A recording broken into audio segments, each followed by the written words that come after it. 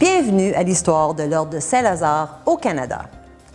L'Ordre de Saint-Lazare est l'un des 5 ordres de chevaliers fondés vers la fin du 11e siècle durant les croisades.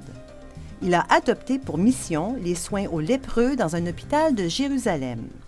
De nombreux chevaliers participant aux croisades ont contracté la lèpre, mais ils ont continué de servir au sein de l'Ordre de Saint-Lazare.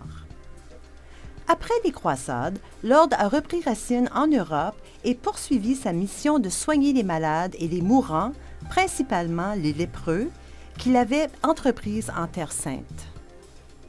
À l'ère moderne, l'Ordre a organisé des expéditions de secours pour fournir des médicaments et de la nourriture aux habitants de l'Europe de l'Est qui en avaient grandement besoin pendant la chute de l'URSS vers la fin des années 1980 et le début des années 1990. Lors de l'éclatement de la Yougoslavie, l'Ordre a acheté et exploité des cuisines roulantes dans les Balkans pour nourrir des civils touchés par les troubles.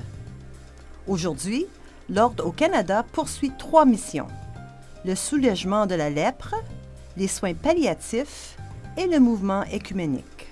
Bien que l'Ordre ait eu des membres au Canada à l'époque de la Nouvelle-France, au cours des années 1660, l'Ordre a été établi au Canada en 1962 et obtint sa charte fédérale en 1963. En tant qu'œuvre de charité reconnue au fédéral, elle progressera rapidement en 1966 en organisant des collectes de fonds destinés aux activités de charité relatives à la mission de l'Ordre en Ontario et au Québec. Par exemple, des œuvres de charité relatives à la lèpre comme l'Institut Armand Frappier, des léproseries comme celle du cardinal Léger créée en Afrique et en Haïti grâce au fonds Femmes Péréo, le Fonds mondial pour la lèpre et une bourse de doctorat pour l'étude de la lèpre. Des initiatives telles que l'Institut œcuménique du Canada, le Centre canadien pour l'œcuménisme à Montréal et la Mission œcuménique de Vancouver. Le Comité Canada, un projet d'unité canadienne en 1973 promouvant l'échange de jeunes. La mission traditionnelle de soulagement de la lèpre s'est poursuivie et, en 1989, l'Ordre au Canada a commencé à verser des fonds à The Leprosy Mission Canada et au cardinal Léger et ses œuvres en Afrique. Par l'intermédiaire de ces organisations, l'Ordre a grandement contribué à des léproseries au Népal et en Thaïlande. Les recherches médicales en vue de trouver une cure à cette redoutable maladie ont continué et l'Ordre est resté fidèle à ses levées de fonds pour l'Institut Armand Frappier de Montréal tout au cours des années 1980. Lorsque la maladie est devenue curable, on a mis fin à ces recherches. Toutefois, l'Ordre continue encore aujourd'hui à lever des fonds pour sa mission traditionnelle, dans l'espoir d'éliminer complètement cette maladie. Chaque année, on découvre à peu près, la mission découvre à peu près une vingtaine de 2000 nouveaux patients. Nous servons aussi à peu près 30 000 patients qui sont des cas compliqués. Au Canada, il y a moins de 300 gens qui souffrent de la lèpre et on les sert dans nos hôpitaux, dans les départements de maladies tropicaux. Au futur, j'anticipe une collaboration entre l'Ordre et la mission qui a comme objet des initiatives stratégiques qui nous emmèneront vers un monde sans la lèpre.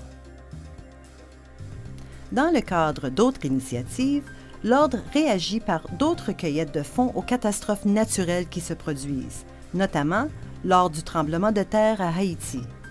Le secours en cas de catastrophe naturelle est une mission permanente de l'Ordre, qu'il agit en temps opportun. L'Ordre doit sa mission œcuménique à Dame Lucie Vanier-Vincent, d'abord sous la forme de soutien financier au Centre canadien d'œcuménisme. Alors, à l'occasion de mes réflexions, de ma formation chez les Jésuites, j'avais été frappé par le fait que un des enseignements majeurs de Jésus-Christ dans l'Évangile porte sur l'unité, la fraternité qui doit exister entre les humains, entre les hommes. Et à la veille de sa passion, à la dernière scène, il a adressé une prière à son Père, à l'intention de ses disciples. Il a demandé à son Père qu'ils soient un, c'est-à-dire unis, afin que le monde croie. Ça veut dire ça que l'unité entre les chrétiens, les disciples du Christ, est nécessaire pour développer l'unité entre les hommes dans l'ensemble du genre humain. L'Ordre a décidé d'établir un programme de bourse destiné à aider et à appuyer des étudiants inscrits aux études en écuménisme dans des universités canadiennes.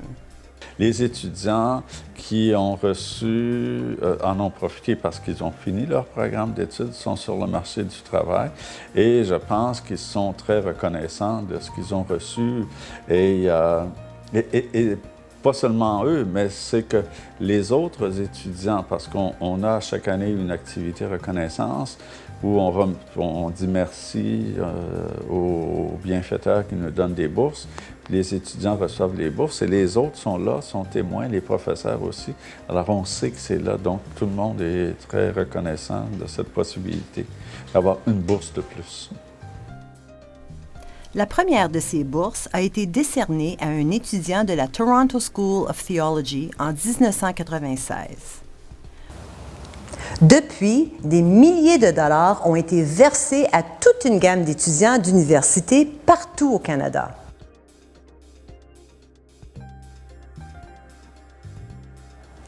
L'Ordre au Canada a adopté sa mission d'appui aux soins palliatifs en 1985. Il la doit au Dr. George Trussler, qui, à l'époque, était le président de la commission médicale de l'Ordre. Nous devrions mettre l'accent sur les initiatives visant à accroître la participation de l'État et du secteur privé dans l'établissement de ressources de soins palliatifs adéquates pour notre population de plus en plus vieillissante. Au début de cette mission, l'Ordre a parrainé une série de conférences sur les soins palliatifs qui visaient à sensibiliser la population à cette nouvelle discipline médicale. Les divers programmes et activités qui ont lieu grâce aux commanderies locales sont tout aussi variées et différentes que le Canada lui-même. Voici un bref survol de diverses initiatives de commanderies dans le passé. Au début, la commanderie de Montréal finançait la mission Old Brewery, un refuge pour sans-abri. L'Emerald Chucker est une activité annuelle à Toronto, à l'appui des soins palliatifs. Les oursons Heartree, une initiative de la commanderie de Calgary, sont remis à des malades soignants et membres de la famille pour les aider à composer avec leur situation. My Grammy is a Star, un livre de la commanderie de l'Acadie subventionné, est remis aux enfants en deuil d'un proche par suite d'une maladie terminale. Toutes les commanderies soutiennent des causes médicales par des dons, grands et petits. Le premier projet national que l'Ordre a adopté est une brochure intitulée « Le Guide des aidants naturels », un manuel de soins en fin de vie. La diffusion de cet ouvrage indispensable a dépassé toutes les attentes. Il a été traduit en de nombreuses langues et compte plusieurs réimpressions. L'Ordre de Saint-Lazare au Canada poursuit ses diverses missions vaillamment et sans relâche. Il consacre des fonds et des heures de bénévolat inestimables à l'amélioration de la condition humaine au Canada et partout dans le monde.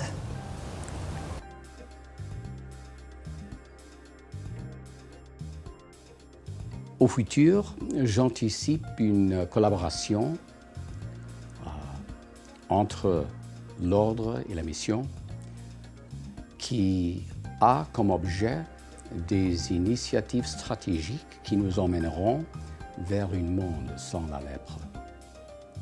L'Ordre de Saint-Lazare est un ordre bien organisé où vous savez où vous vous en allez, vous savez ce que vous voulez faire.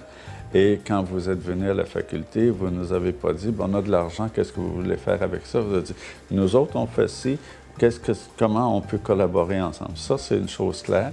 L'unité entre les chrétiens, les disciples du Christ, est nécessaire pour développer l'unité entre les hommes dans l'ensemble du genre humain.